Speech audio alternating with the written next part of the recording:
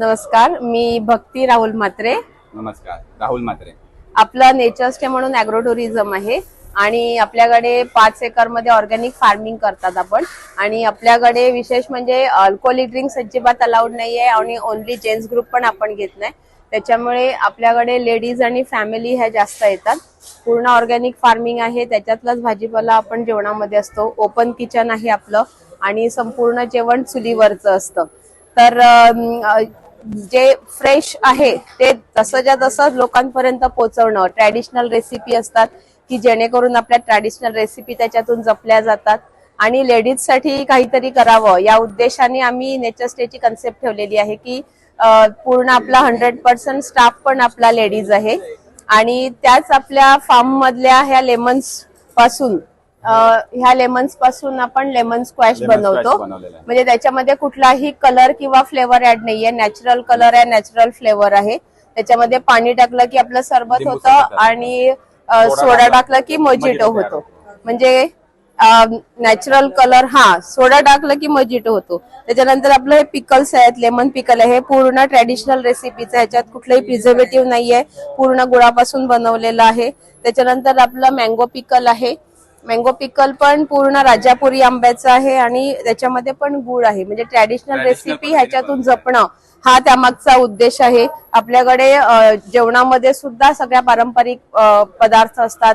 दुपारच्या जेवणामध्ये पुरणपोळी असते.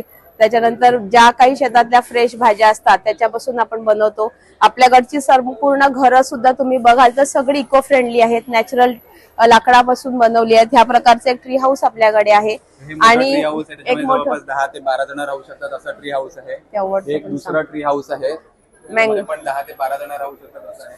हा लक्झरी टेंट आहे, याच्यामध्ये सुद्धा 10 जण राहू शकतात. अगदी नॅचरल आणि 100% लेडीज स्टाफ आहे आपला हा. त्याच्यानंतर आपल्याकडे डेस्टिनेशन मॅरेज पण होतात, पण ती पण नॅचरल आपण इको फ्रेंडली करतो. ओरिजिनल फुलांचं डेकोरेशन आणि झाडांच्या सावलीमध्ये. आपल्याकडे कुठलंही कन्स्ट्रक्टेड डायनिंग नाहीये. आपण झाडाखालीच दुपारच्या जेवण हे झाडाखाली असते, रात्रीचं जेवण चांदण्यांमध्ये असते.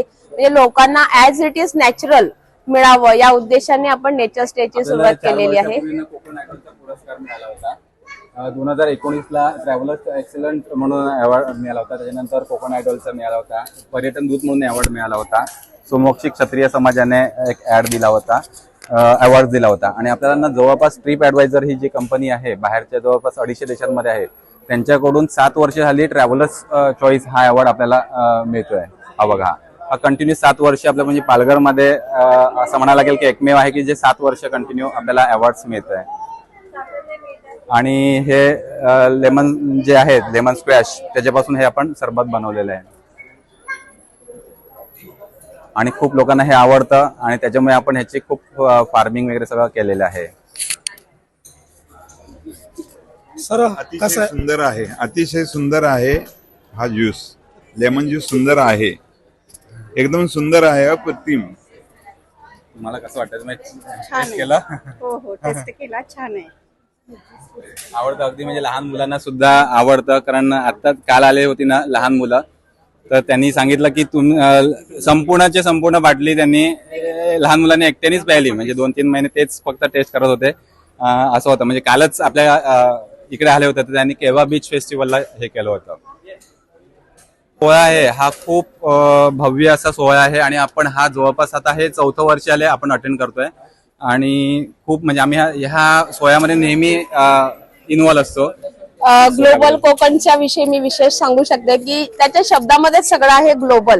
ग्लोबल म्हणजे इतकं विशाल आहे हे फेस्टिवल. म्हणजे पालघरमध्ये आज होते आहे, शिरगावमध्ये. आम्ही पालघरवासी आम्ही नशीबवान आहेत की आमच्याकडे हे होते. कारण मुंबईमध्ये मी स्वतः 3 वर्ष झाली ग्लोबल कोकण अटेंड करते, पण आज पालघरमध्ये होते. मी पालघरवासी असल्यामुळे मला सर्वात जास्त आनंद आहे की असा कार्यक्रम न भूतो न भविष्य असा हा कार्यक्रम आहे आणि खूप लोकांचा प्रतिसाद आहे. भरपूर ह्या सर्व संकल्पना, कारण ह्याच्यामध्ये कुठलीही जात धर्म पंथ असं काही नाही, सर्वांना सामावून घेतलेलं आहे. प्रत्येकाची संस्कृती कल्चर हे त्याच्यामध्ये उजागर ह्या फेस्टिवलमध्ये फेस्टिवलमुळे होणार आहे. रात्री सुद्धा सगळे फोक डान्स होते. म्हणजे जी संस्कृती आता विलुप्त होत आहेत त्यांना जागा ठेवण्याचं आणि नवीन पिढीपर्यंत पोहोचवण्याचं काम आज ग्लोबल कोकण करत आहे आणि त्याच्यामुळेच ग्लोबल कोकण हे दिवसेंदिवस हे वाढतच जाणार आहे. त्याचं संजय सरांनी नाव हे परफेक्ट ठेवलेलं आहे ग्लोबल.